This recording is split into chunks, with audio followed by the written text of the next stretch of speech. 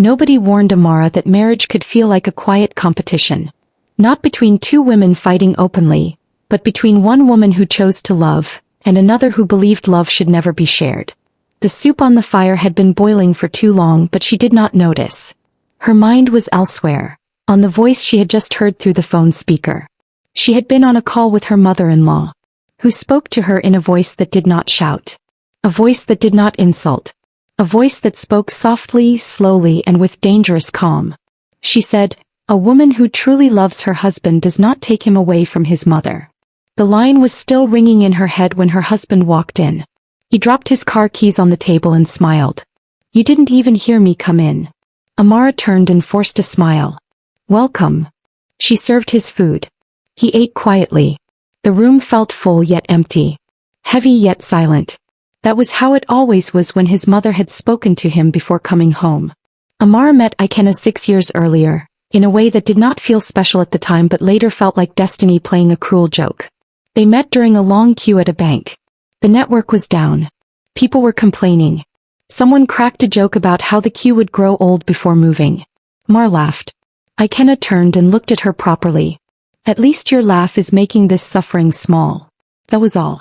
By the time the queue finally moved, they had talked about everything. Work stress, childhood memories, bad bosses, and the price of food in Lagos. He asked for her number like a man who had nothing to hide and nothing to lose. From that day he stayed. He was gentle, intentional, respectful. When he spoke about his mother, it was with deep love and pride. "My mother is my backbone," he would say. "After my father died, she became everything." Amara admired that about him. A man who respected his mother was a man who would respect his wife. She did not know that respect, when mixed with fear and guilt, could become something dangerous.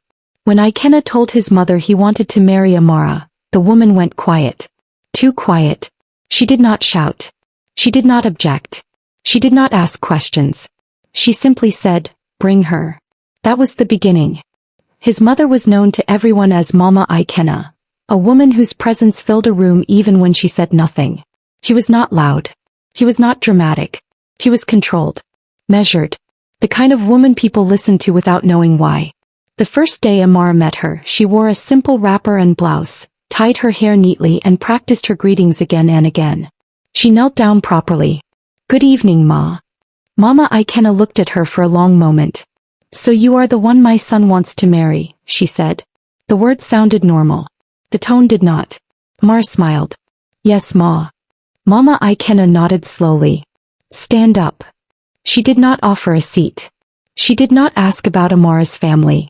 She did not ask about her work. Instead she turned to her son. "You have chosen well," she said. Then she added, "I hope." Everybody laughed lightly. Amara laughed too.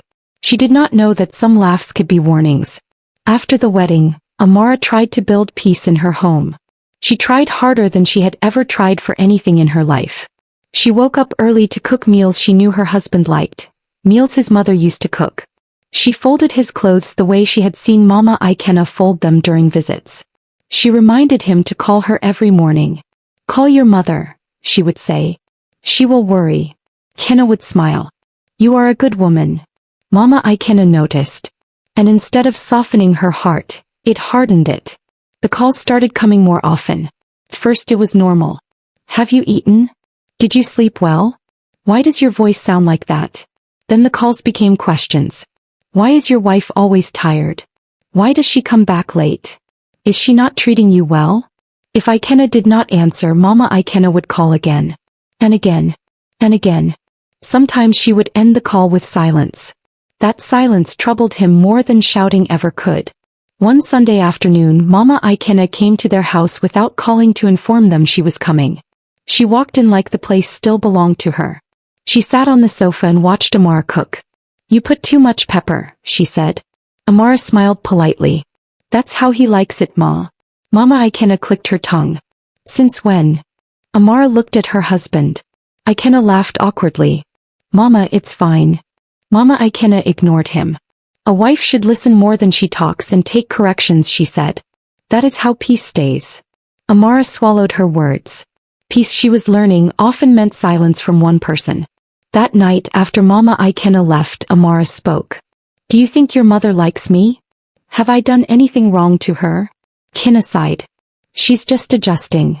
To what? To sharing me. The words fell between them. Amara stared at him. Sharing. He did not answer. Slowly things changed. Not loudly. Not suddenly. But enough. Ikena started correcting Amara with his mother's voice.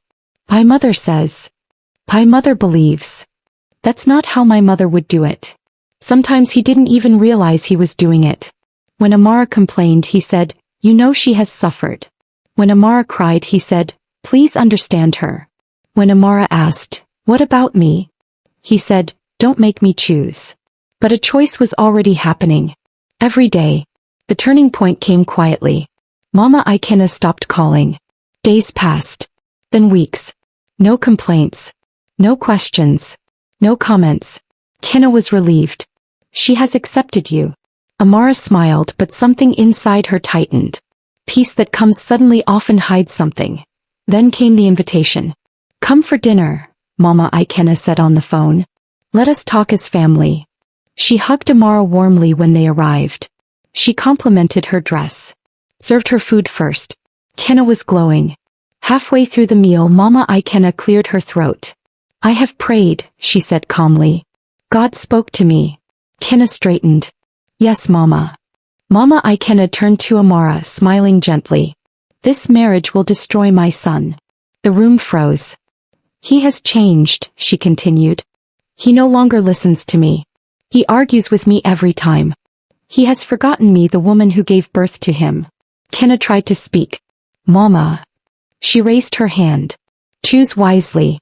A wife can leave you at any time. A mother never will. The drive home was silent. Amara looked at her husband and saw fear in his eyes. Fear of disappointing the woman who raised him. Fear of being called ungrateful. Fear of choosing wrong. That fear would soon cost him everything. After that night, something shifted inside Ikena.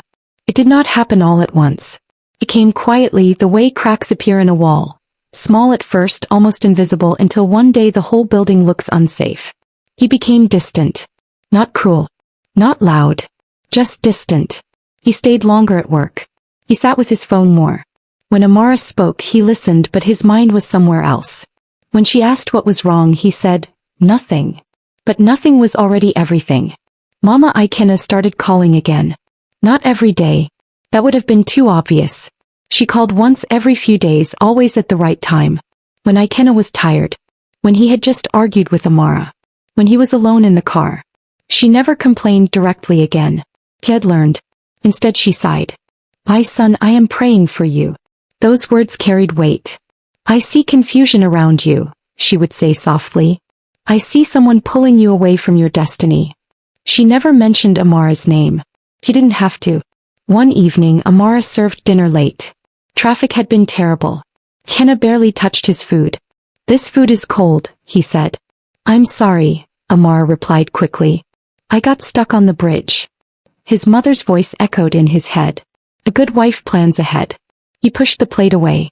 Amara looked at him, surprised. You're not eating? I'm not hungry. But hunger was not the problem. The arguments began to grow. Small things turned into big things. Why are you always defending yourself? Why can't you just listen? Why do you talk back like this? One night, Amara finally asked the question she had been avoiding. Do you still love me? Ikena looked hurt. Why would you ask that? Because you're slipping away from me. He rubbed his face. You don't understand what I'm going through. What are you going through? She asked quietly. He hesitated. Then said, my mother is not at peace.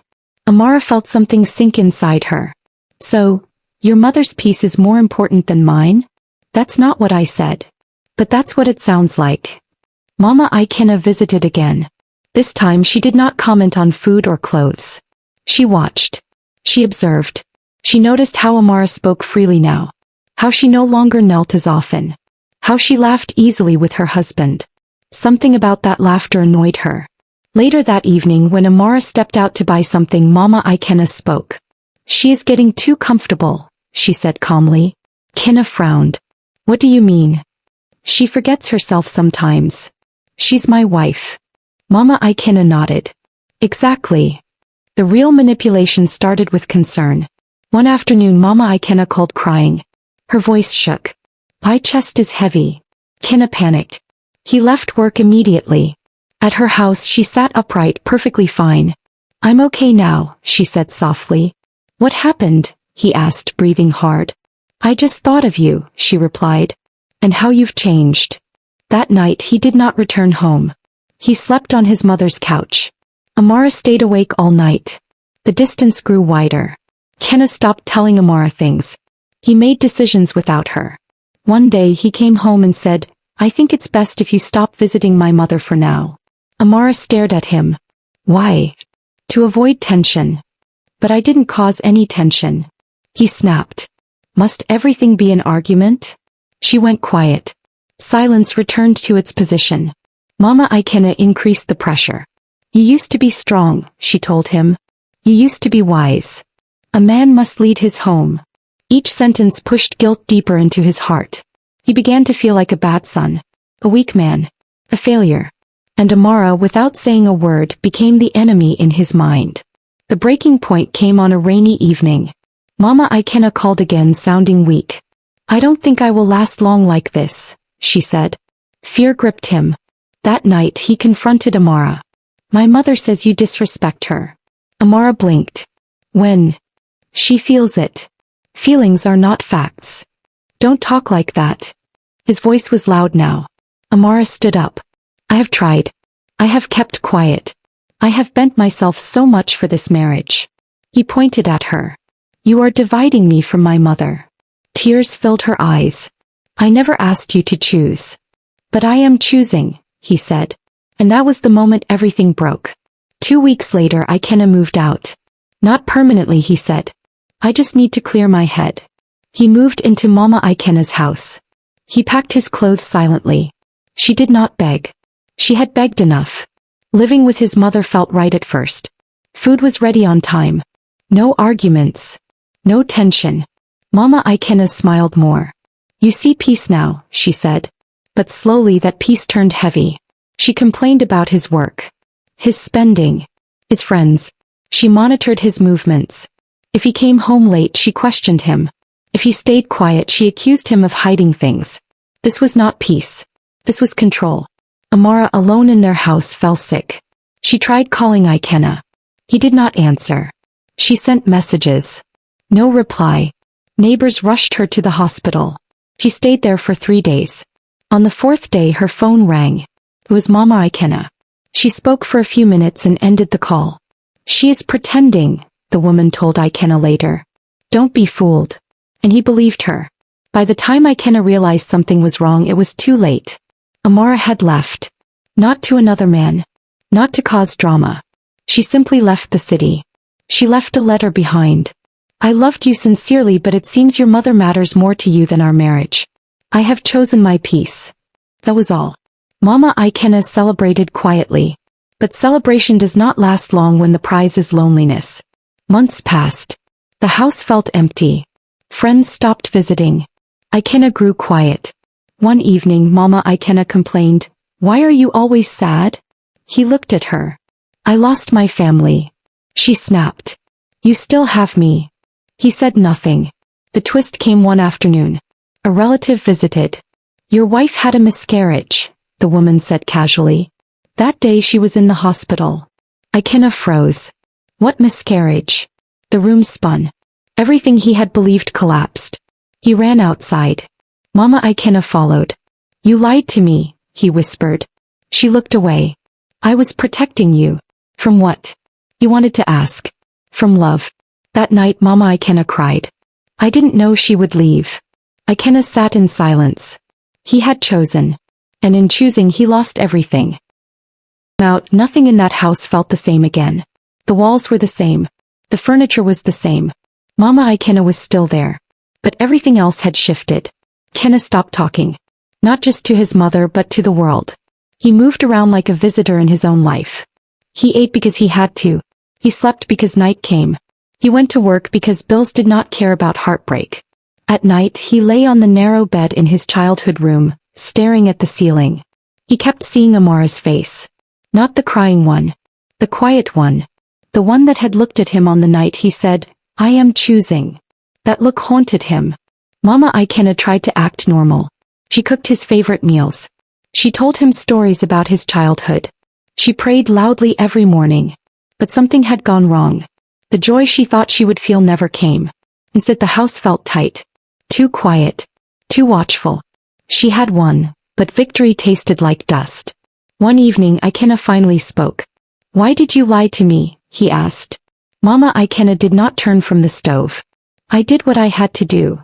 "She lost a child," he said slowly. "And you said she was pretending." Mama Ikenna sighed. "Women exaggerate." He laughed once. A dry, painful laugh. "She was my wife." Mama Ikenna turned sharply. "And I am your mother." Silence followed. Then Ikenna said something Mama Ikenna was not prepared for. "I should have protected her." The spoon slipped from Mama Ikenna's hand. That night Mama Ikenna could not sleep. For the first time in her life her prayers felt heavy. She remembered the day Amara knelt to greet her. The way the girl had tried. The way she had smiled even when insulted. Something uncomfortable stirred in her chest. But pride sat on it quickly. Ikenna tried to find Amara. He called old friends, distant relatives, anyone who might know something. Most people said the same thing. "She's fine. She's healing. She doesn't want to talk." That hurt more than anger would have. Months later he finally saw her. Not by plan. By accident. She was standing at a bus stop, thinner, calmer, her eyes clearer. She did not run. She did not shout. She simply looked at him. "I'm sorry," he said immediately. She nodded. "I know." That was all. No accusation. No tears. That scared him more than anything. Mama Ikenna fell sick not long after. Real sickness this time. Weakness. Long nights. Hospital smells. Ikenna stayed by her bed. She held his hand tightly. "I only wanted you to myself," she whispered one night. He closed his eyes. "And now?" he asked. She did not answer. Mama Ikenna passed quietly one early morning. No drama. No last warning. Just silence. At the burial people spoke of sacrifice and motherhood. Ikenna stood alone. He had no wife to stand beside him. No child to carry his name. Years later people would say Mama Ikenna loved her son too much. Others would say Ikenna was too weak. But the truth was simpler. A woman saw her son's wife as her rival. A man confused fear for loyalty. And love was left unprotected. Amara remarried quietly. She named her first daughter Peace. Not because life became perfect, but because she finally chose herself. Ikenna never remarried. Sometimes late at night he sat alone and whispered, "I made a wrong decision." And that choice stayed with him. Forever. Life does not always punish us with noise. Sometimes, it punishes us with silence. Ikenna lived with that silence for the rest of his life. No angry mother. No crying wife. Just empty rooms and unanswered questions. Mama Ikenna also learned too late that love is not ownership. A son is not a possession. And a wife is not a rival. Amara learned the hardest lesson of all. That loving someone should never require shrinking yourself until you disappear. This story leaves us with painful truths. Life does not always punish us with noise. Sometimes, it punishes us with silence. Ikenna lived with that silence for the rest of his life. No angry mother. No crying wife. Just empty rooms and unanswered questions. Mama Ikenna also learned too late that love is not ownership. A son is not a possession. And a wife is not a rival. Amara learned the hardest lesson of all. That loving someone should never require shrinking yourself until you disappear. This story leaves us with painful truths. A man who refuses to protect his home will eventually lose it. A mother who competes with her son's wife will lose both peace and joy. And a woman who stays where she is not respected will lose herself. Marriage survives on balance, not fear. On boundaries, not control. On love that protects, not love that divides. If you are a man, love your mother, but build your home. If you are a mother, guide your son, but release him. If you are a woman, love deeply, but never disappear to keep peace. Some choices feel right in the moment.